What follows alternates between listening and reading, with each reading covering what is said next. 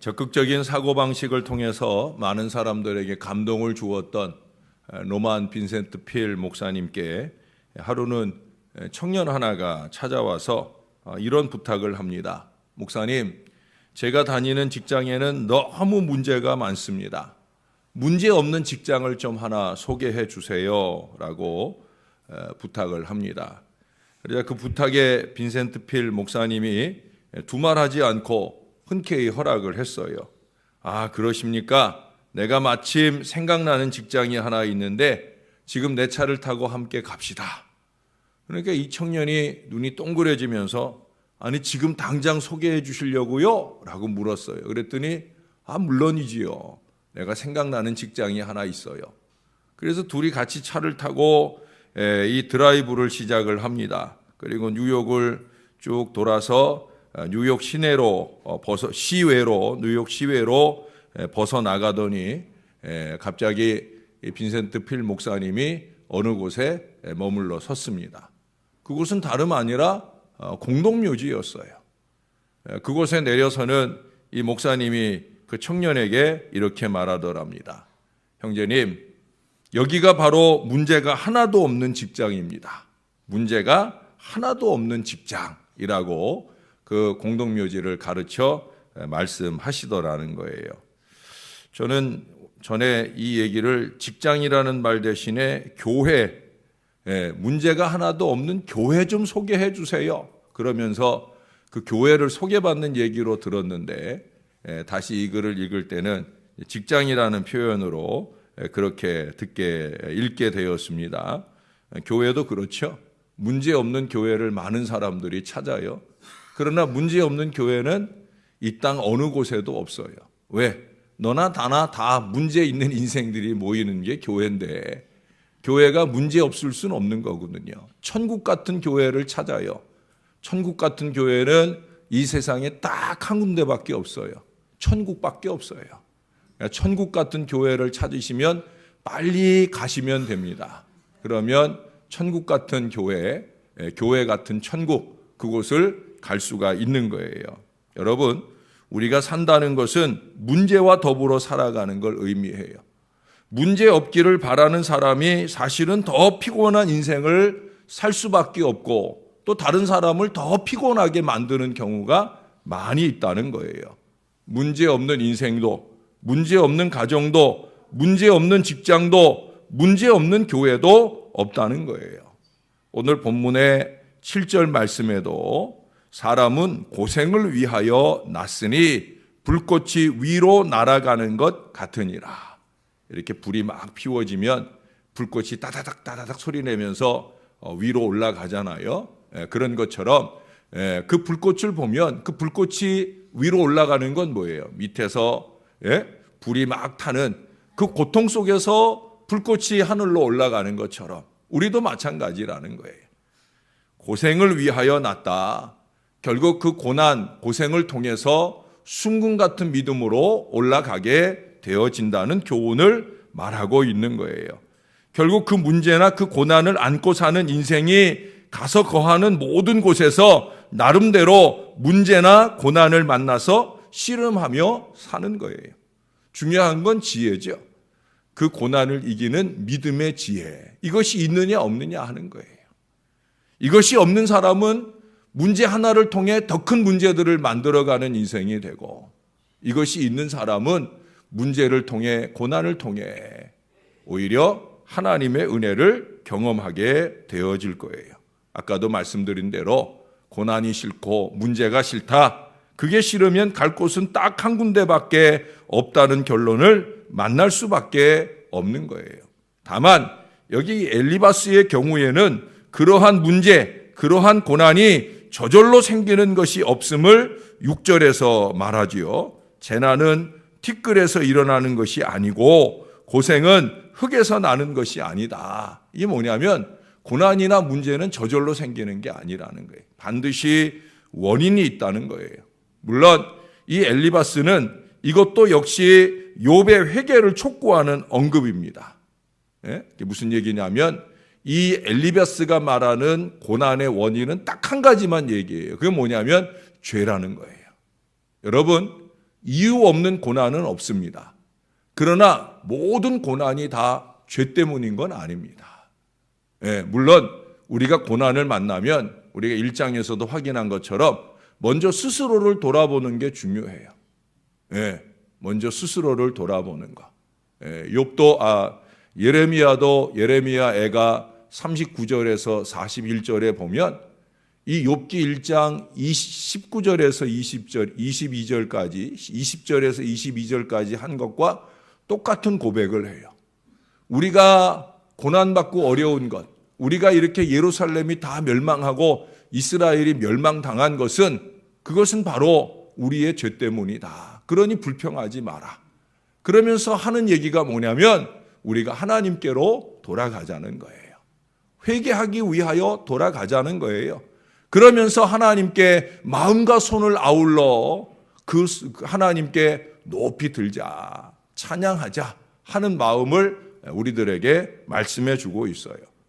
고난당하면 먼저 스스로를 돌아보고 회개할 일은 없는가 하는 것을 찾는 게 중요합니다. 그러나 여러분, 모든 고난이 다 죄로 말미암는 것은 아닙니다. 고난의 모양이 다르듯 원인도 각기 달라요. 다양한 원인에 근거해서 다양한 고난이 찾아오게 되어지는 거예요. 그러나 오늘 본문에서 욥을 향해서만이 아니라면 인간이 그 어리석음으로 고난을 자초한다는 이 엘리바스의 권면을 귀담아 들을 만합니다. 많은 고난의 원인이 인간 스스로에게 있다 하는 것은 그리 틀리는 얘기는 아니다라고 하는 거예요. 또 고난 앞에서 먼저 자기 자신 범죄의 가능성을 들여다보며 하나님 앞에 그 고난의 이유로서의 죄를 발견하고 회개하는 것은 아주 중요하다. 좀 전에도 제가 말씀드린 그대로입니다. 여러분, 오늘 본문에서 엘리바스는 이러한 점보다 더 중요하게 다루는 주제가 있어요. 이게 정말 중요합니다. 그것은 바로 고난의 해결의 방법이에요.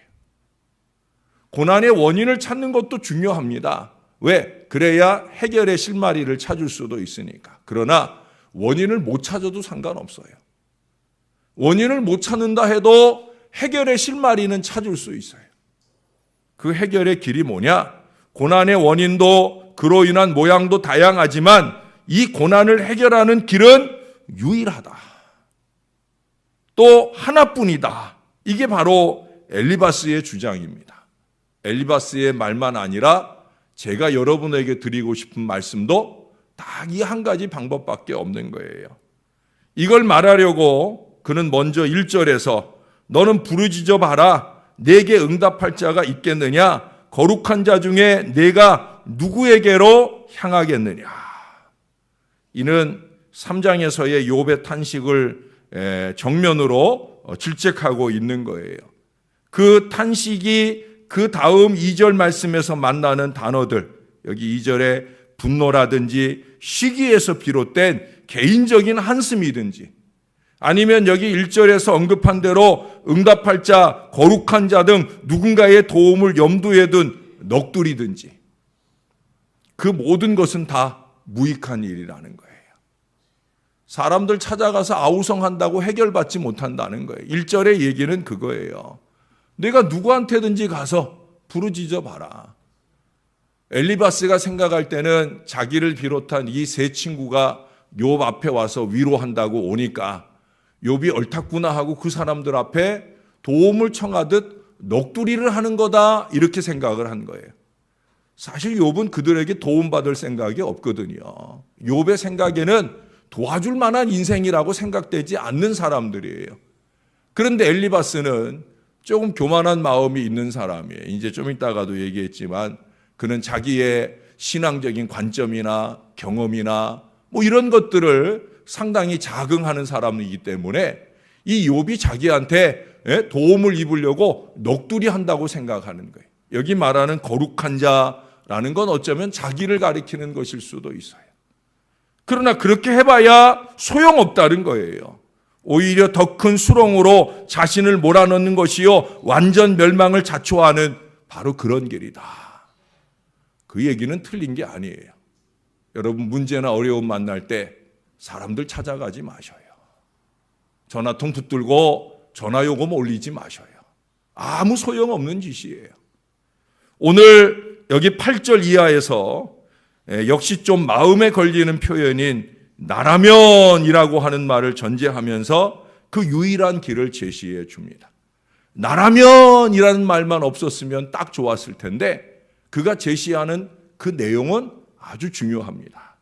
여러분, 요 나라면 요것만 빠지면 너무 좋은 신앙과 인생의 경험이 풍부한 그에게 있어서는 사실 나라면, 저나 여러분도 이걸 잊지 말아야 돼요. 나라면이라고 말할 게 아니라 하나님께서 말씀하시기를 성경이 가라사대. 우리가 너무 성경에 무식해요. 너무 하나님의 말씀을 모르고 있어요. 그러니까 기껏 뭘 좀 말한다고 그러면 나라면, 내 생각에는 이런 소리 하는 거예요. 그 경험이라는 것이 신앙적 경험도 아니고 세상적인 경험에 근거하고 그 말하는 지혜라는 것이 하나님의 말씀이나 신앙적인 말씀이 아니라 세상의 이치나 따지는 그런 어리석은 말인데도 불구하고 내 생각에는 나라면 이런 말들을 우리가 서슴없이 한다는 거예요. 목회자도 사실은 그러면 안 되고 우리 중 누구라도 마찬가지예요. 나라면 이거 아닙니다. 이것을 말하는 것이 아닌 이런 태도는 우리가 늘 삼가할 그런 태도라는 거예요. 왜? 그것은 자고의 가능성이 있으며 언제나 그리스도가 존귀히 되며 에베소서 1장 12절의 표현처럼 그리스도의 영광의 찬송이 되어야 할 우리 자리를 벗어날 수 있다는 거예요. 잘 쓰이고도 상급을 받지 못하고 책망만 받을 어리석은 일이 나라면 내가 바로 이 어리석음이에요. 여러분, 요한복음에 보면 우리 예수님조차도 자신의 것을 말하거나 행하지 않으셨어요. 5장에 보면 이 아들이 아무것도 스스로 할 수 없다. 아들이 누구예요? 예수님이에요. 예수님도 당신이 스스로 하는 게 아니라는 거예요. 그 뒤에 19절, 30절, 41절에 반복해서 하는 말씀이 뭐냐? 나는 사람에게 영광을 취하지 않노라.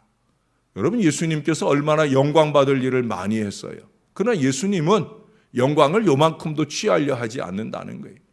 아버지는 아들에게 영광을 돌리려 하지만 아들은 자기 영광을 취하지 않고 모든 영광을 아버지께 돌리려 했다는 거예요. 6장 38절에 보면 내 뜻을 행하려 온 것이 아니라 라고 못 받고 있어요. 7장 16절에 이 교훈은 내 것이 아니다 라고 말하고 28절에서는 내가 스스로 온 것도 아니다 라고까지 말하고 8장 28절에 보면 내가 스스로 아무것도 아니하고 그 외에도 많아요. 요한복음에서 예수님 무수하게 하시는 말씀이 뭐냐? 나는 내가 하는 게 아니다. 나는 내가 스스로 하지 않는다. 나는 내 영광을 취하지 아니한다. 이 모든 것들은 다 아버지께로부터 말미암은 것이고 이 모든 영광은 다 아버지가 받으셔야 된다. 여러분, 예수님조차도 그랬다니까요. 말씀이신데 이 땅에 오셨던 예수님, 그 입에서 쏟아내는 것은 세상적 경험이 아니라 신앙의 신령한 지혜들을 쏟아내시는 예수님조차도 자기 말을 하지 않았다는 거예요.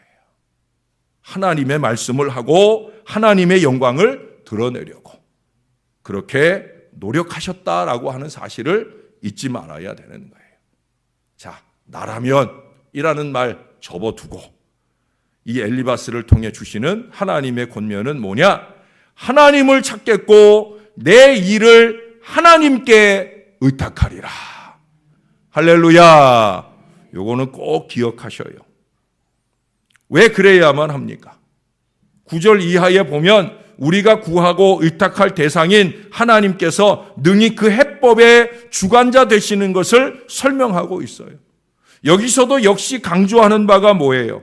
하나님께서 11절에 보니까 낮은 자, 애곡하는 자, 15절에 보면 가난한 자, 16절에서는 또 가난한 자, 이렇게 스스로 심령의 가난함, 약자의 자리에서 겸손히 서서 우리 하나님을 바랄 때, 그럴 때 9절에 보시면 헤아릴 수 없이 큰 일, 기이한 일, 그 모든 일로 놀라운 회복의 역사를 주시는 우리 하나님은 그런 분이시다라고 소개를 하고 있어요.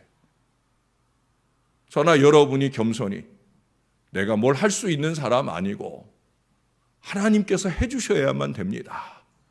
이 마음 가지고 하나님을 찾을 수만 있다고 하면 희망의 길이 열리는 줄로 믿습니다. 개인의 희망도 공동체의 희망도 마찬가지예요. 희망은 다른 데 있지 않아요. 우리의 이 아둔한 머릿속에 있는 게 아니라 바로 이분에게 있는 거예요. 이걸 알아야 돼요. 그래서 그 하나님께 매달려야 된다라고 하는 거예요.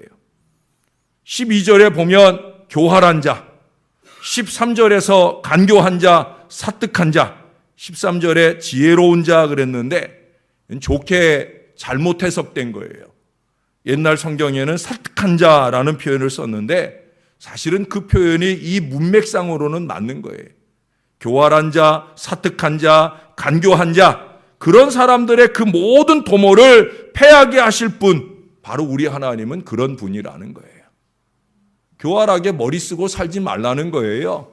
사특한 꾀를 내고 살지 말라는 거예요. 그런 악의와 악독은 하나님이 다 멸하신다는 거예요.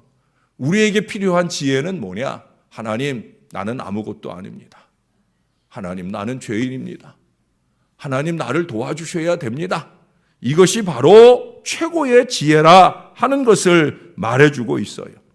사실은 이 엘리바스는 여기 말하는 교활한 자, 사특한 자, 또 간교한 자, 이거는 욥을 의식하고 하는 말이에요. 지금 엘리바스는 욥을 긍정적으로 보지 않아요. 그렇기 때문에 야, 너 교활하게 하면, 너 사특하게 굴면, 너 간교하게 굴면 너 하나님이 그냥 안 두셔 라는 의미로 욥에게 말하는 겁니다. 빨리 마음 낮추고 슬픈 회개의 눈물로 하나님께 구하라 하는 얘기예요. 욥을 향해서 하는 이런 말들은 다 접어두고 여러분 오늘 말씀 꼭 기억하고 갈 말씀은 7절에서 9절까지입니다.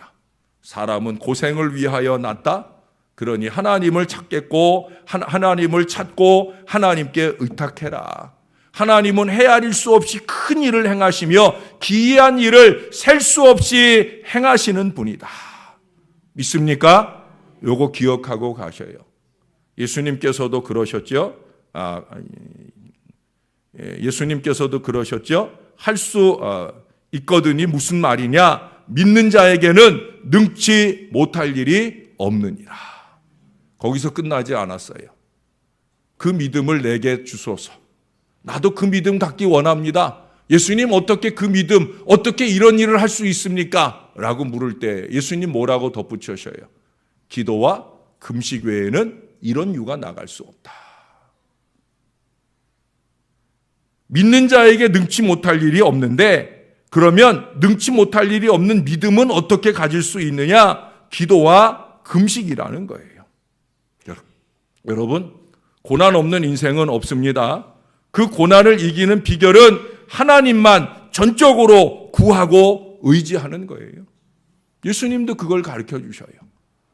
고난 없는 인생 없다. 그런데 그 고난을 이기는 것은 믿음이다. 믿음은 어떻게 생기느냐? 기도와 금식밖에 없다. 기도가 바로 믿음의 용광로다. 순금 같은 믿음으로 나오는 그 용광로는 바로 기도요. 그 믿음이 고난을 밀어내고 축복을 당기는 역사를 이루게 되어진다는 거예요.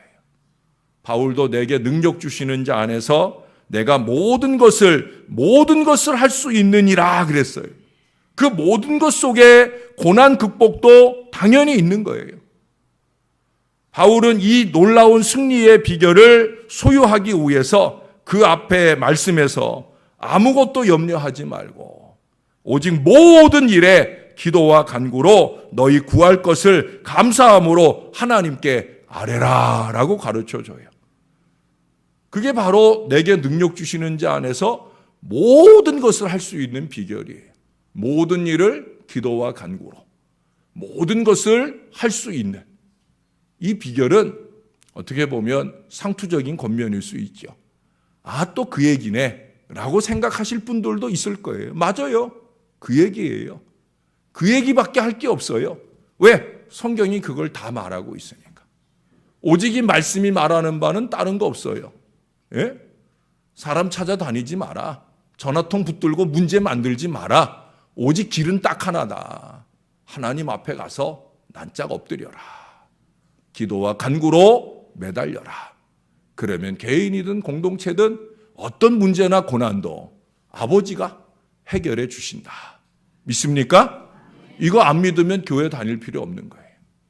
이거 안 믿으면 신앙생활 할 필요 없는 거예요. 가장 기본적인 진리요, 가장 완전체 진리입니다. 우리는 이 진리와 이 믿음 안에 거하여야 할 줄로 믿습니다. 더 겸손하고 낮아진 마음으로 하나님 나 도와주세요. 하나님 우리를 도와주세요. 그렇게 하나님께 매달리고 기도하면서 언제나 변함없는 최선의 길, 이 기도의 길로 모든 고난을 극복해 나가는 저와 여러분, 신실한 신앙, 뜨거운 신앙, 우리 주님이 보시기에 참 아름답다 여길 겸손한 믿음이 다 되시기를 예수님의 이름으로 간절히 축원합니다. 기도하겠습니다. 아버지, 저희들에게도 믿음을 주옵소서.